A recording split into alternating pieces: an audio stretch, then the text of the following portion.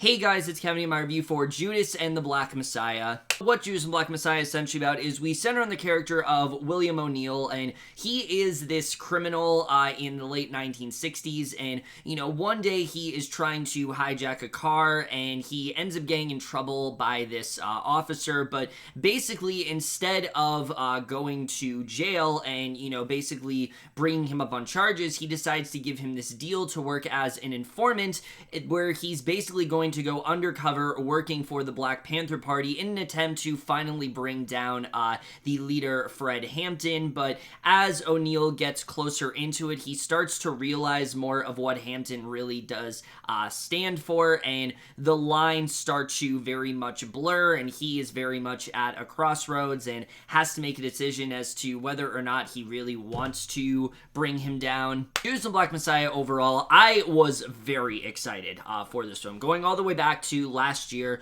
when that trailer was first released, I knew this film was going to be something special, but I also didn't know if we were going to be able to see this film because it kept getting, it didn't have a release date for a while. It was a film that was supposed to come out, I believe, in like August of last year, and obviously because of the pandemic, it didn't end up happening, but thankfully because of this weird year where, Oscar films are expanded to the end of this month, we are able to see this film, and not only was I able to see this film, I was able to see it like a week early at Sundance. This was the last film I watched at Sundance. I was very excited to watch it for sure. I finally did check it out, and after watching it, this film absolutely lived up to the hype. This is such a powerful and gripping film that is truly one of the most devastating that you will probably watch in a while, but I also think is one of the most important films of the entire year that I definitely can't recommend enough. But we're just getting to right now, starting off with the cast, and I think for most people that was definitely one of the biggest draws going into this movie. I mean, you look at the cast here, and this is such a stacked cast. There are so many amazing performances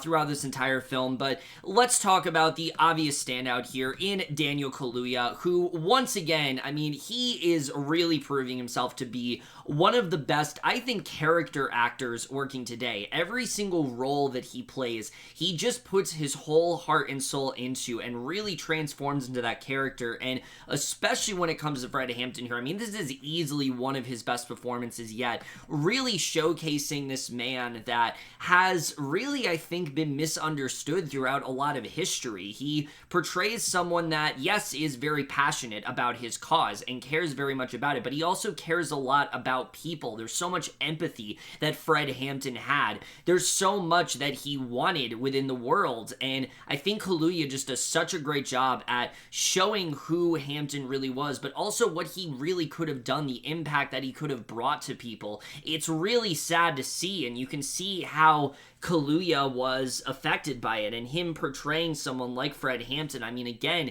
it just is such a powerful role. You can't take your eyes off the screen whenever he's there. It's such a commanding performance in that way, and definitely, I mean, everyone's talked about it, but this is absolutely the kind of performance that needs to win, not to get nominated, win Best Supporting Actress. I think this Best Supporting Actor, I think this absolutely should be the front runner. Just the amount of effort that he puts into this role is astounding, and Kaluuya's given some amazing performances, but this, I think Widows is still his best, but this is still a very close second, and I absolutely loved everything that he did here. He portrayed someone and never made him feel one-dimensional. He feels like a real person, really transforming into this character, and again, just proving why he's one of the best working today. Easily, I think, one of his best performances so far, and the movie's worth watching alone just for him, but the same really does go for Lakeith Stanfield, who I really don't think is getting enough credit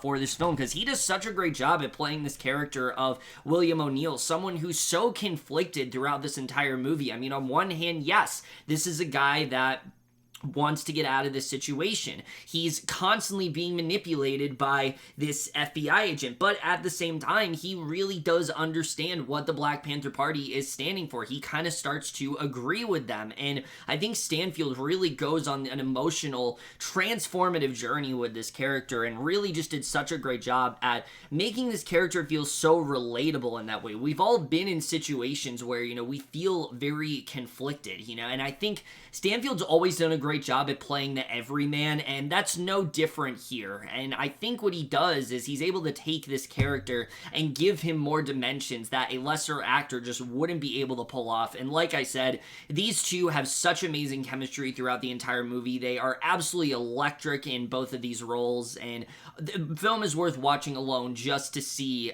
their performances here. They really do shine throughout this entire thing. But the rest of the cast also, I think, gives some incredible work. Someone that I really wish was getting more talk in terms of awards and stuff like that is Dominique Fishback, who is phenomenal in the role of Deborah Johnson. She plays Fred Hampton's girlfriend, but she's so much more than that. You really do see how much she also cares about what the Black Panther Party is fighting for, but also cares about her legacy and wants to make sure that things work out for Hampton in the way that he wanted it to. And she has at least 2 monologues in this film that I think are very much Oscar worthy, and I really love what she ended up doing here. I mean, I've always been a fan of her since The Deuce, but I really think this film showcases just how talented of an actress she truly is, and really just does such a great job throughout this entire movie. I loved what she ended up doing here. Jesse Plemons as well. I mean, he's always great, but he does such a great job at playing this guy that is just such a dick, but at the same time,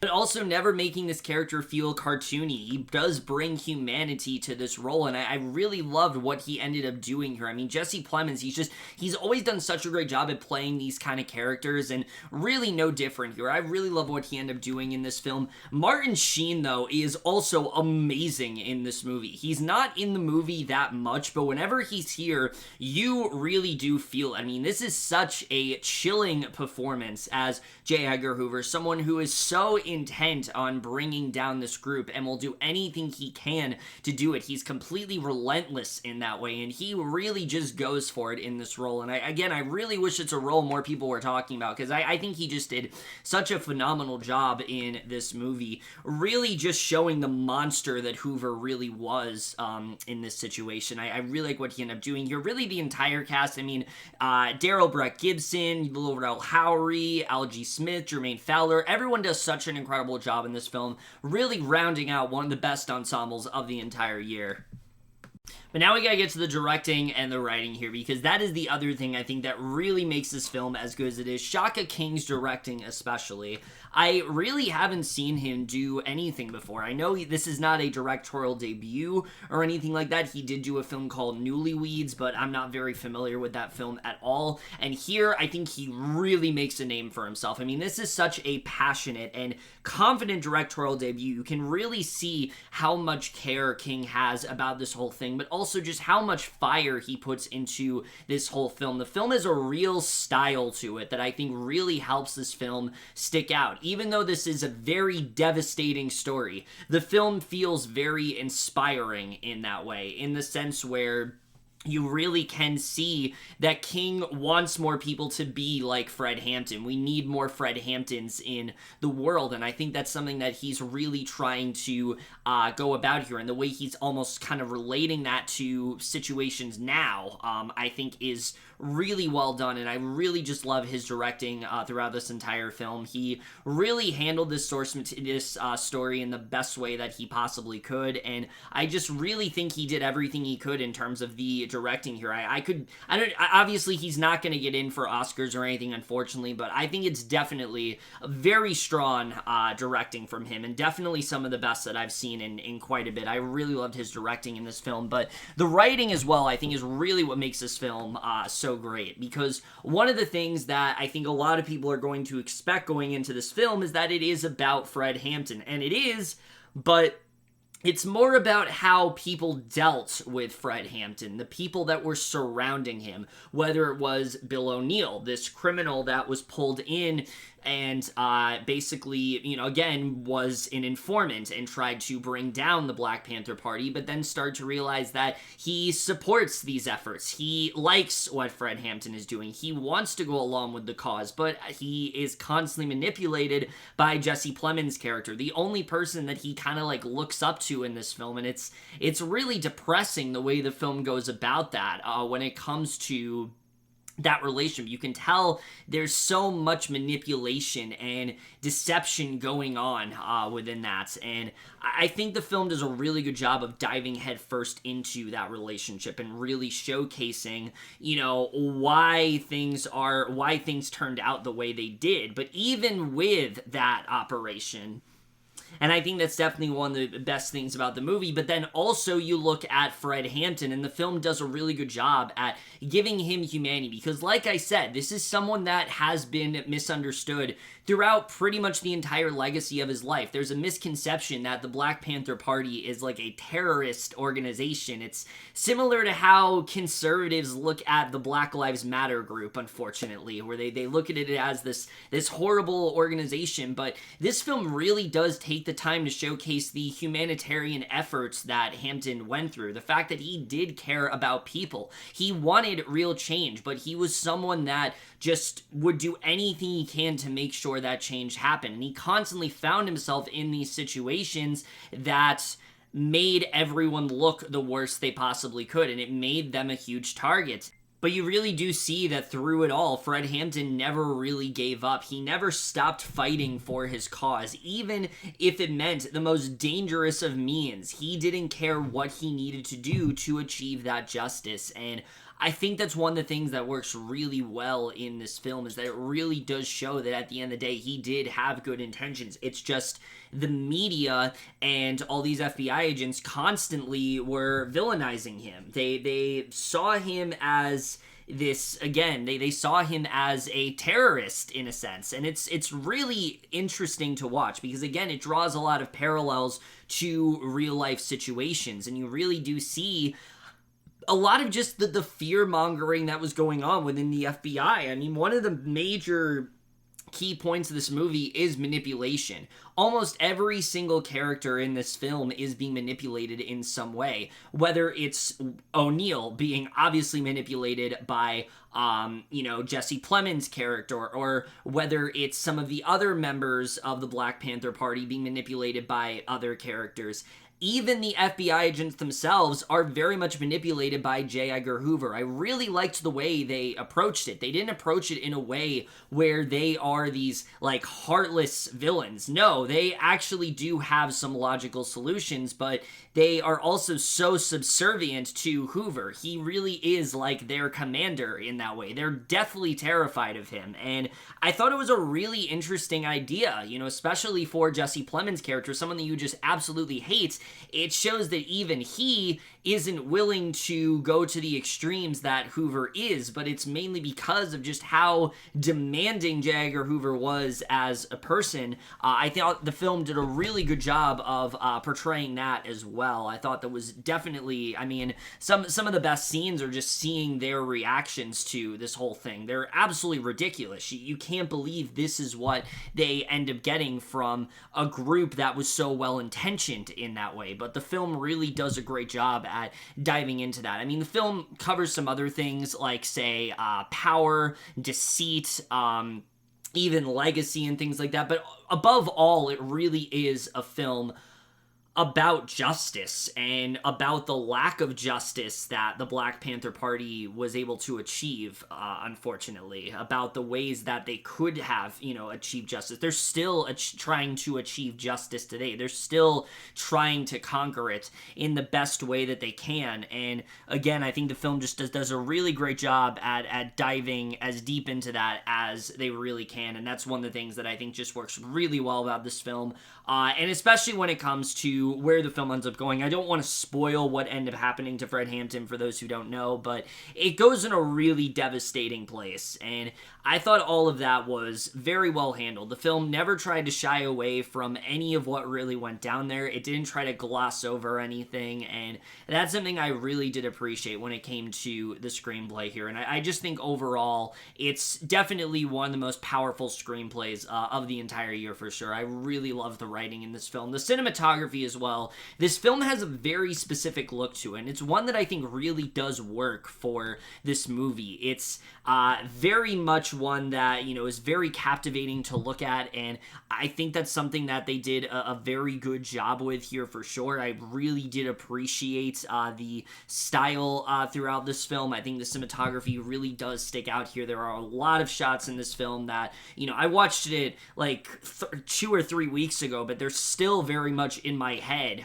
just thinking about it, and I thought they did a really good job with capturing that in this film. The score as well is probably one of my favorites of the year. It's all very, it's really interesting the way they go about it. The film starts off and it's this very like jazz heavy score, but then as things start to get more intense, it starts to become a lot more like a movie score in that way, you know, traditional film score. And I thought it was a really cool idea the way they dived into that. I really enjoyed the score a lot in this movie and the editing. This film is 2 hours long, and it definitely needs to be. I think this film really does fly by. There was never a point where I was uninterested with anything that was going on. I really found myself engaged pretty much the entire time, and I think the film did a really good job with all of that. And even the ending of this movie, I mean, it is absolutely soul-crushing. It's not often that I am that fazed by the what happened after cards, but I really was here. There were some things that I saw, and I was like, holy shit, like, I was so taken aback by just how tragic this whole situation was and the impact it had on all of these characters. I mean,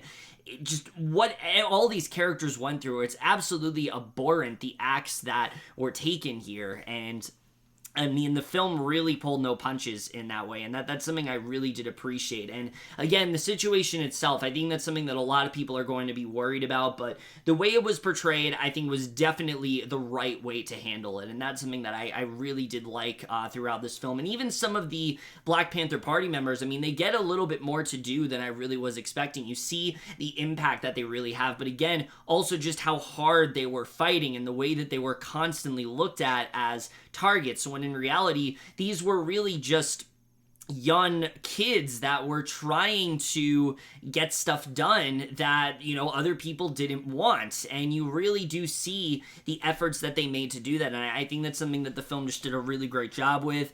And the 60s setting as well is, again, very well implemented here. You really do feel it throughout this whole movie, and I think they did a really good job with that in this film. Certain events that happened are brought up here, but they're not done in a way where it feels like, oh, let's just exploit this event. Nothing feels exploitive in this movie. Everything feels purposeful, and that's something I really did appreciate about this film, and I thought they did a really good job with that as well. And the last 20 minutes of this film are just absolutely devastating, and definitely something that has had a huge impact on me since I've watched it. And it's one of those things that it is going to infuriate you, it is going to frustrate you, but I'm happy that the film elicited those emotions at me, because it very much should. The fact that this ever happened, someone allowed this to happen, is fucking disgusting to me, and I think that's something that the film does a really good job of shedding light on, that this should have never happened. What happens in this film, the events that take place, they should not have happened in the way that they did, and yet we allow it to. And still, you know, today there are situations similar to it that are happening. There's one especially where the film ends up going. There's a certain thing that happens, and I'm sure it's going to make people recall a certain recent event that's happened in history as well. And I think that's something that the film just did a really good job with. And again, it never felt heavy-handed. It felt like it made sense to relate to that. It made sense to bring something like that up. The film doesn't necessarily bring it up, but I think it is something that it's going to make people think of this specific event. And I think that, again, it shows that things were very eerily similar then, and things haven't really changed as much as we think it has. And it's unfortunate, but that very much is the case. And I think that's something else that this film just does a really good job with overall. So again, I'm really raving about this film. There's a lot I think it does very well. Is there anything that really does bring it down? Well, if I did have to look at one flaw, it's that I do feel there are some characters that just feel a bit underwritten here. Mainly the character of Deborah Johnson. As good as Dominique Fishback is in the role, I think she just needed a little bit more. It does often feel like she is just kind of Fred Hampton's girlfriend, and they don't really do as much with her as I think they really could have. I would have especially liked to see there's an event that happens towards the end of this film that definitely has a big impact on her, but we don't really get to see her reaction to it. The film is very focused on O'Neill, and I don't have a problem with that because O'Neill is a really great lead character to follow. Him and Hampton are very much the focus of this movie, and Jesse Plemons as well. They're the focus of this movie. But I did feel that Deborah Johnson, because of that, felt like she came up a bit short, and I would have liked to see a bit more of how she really processed what ended up happening in this film. But other than that, I think this is a phenomenal film through and through. It's a film that definitely will be hard for some to watch, but I think is also very inspiring. It takes a group like the Black Panther Party and really does a great job of dissecting the positives that they ended up doing and really just showcasing how they've been misunderstood throughout history. It consists of a phenomenal performance from Daniel Kaluuya and Lakeith Stanfield, as well as some other actors. It's got a fantastic it's got some fantastic directing, some great writing, an excellent score, and really it's just everything that I think a late Oscar contender should be. Like I said, this is a really weird year, but I definitely think this is a film that absolutely should be in there. I think it's definitely going to hopefully shake things up in terms of the Oscar season in the best way possible. I absolutely love this film, and I'm very happy it was able to come out. It very much lived up to the hype for me, for sure, and I'm definitely going to give Judas and the Black Messiah overall an A. But over, guys, to my review of Judas and the Black Messiah. Let me know what you guys saw of this movie overall, left your thoughts, and we'll see you guys in my next video, and we'll see you guys for that. Okay, bye.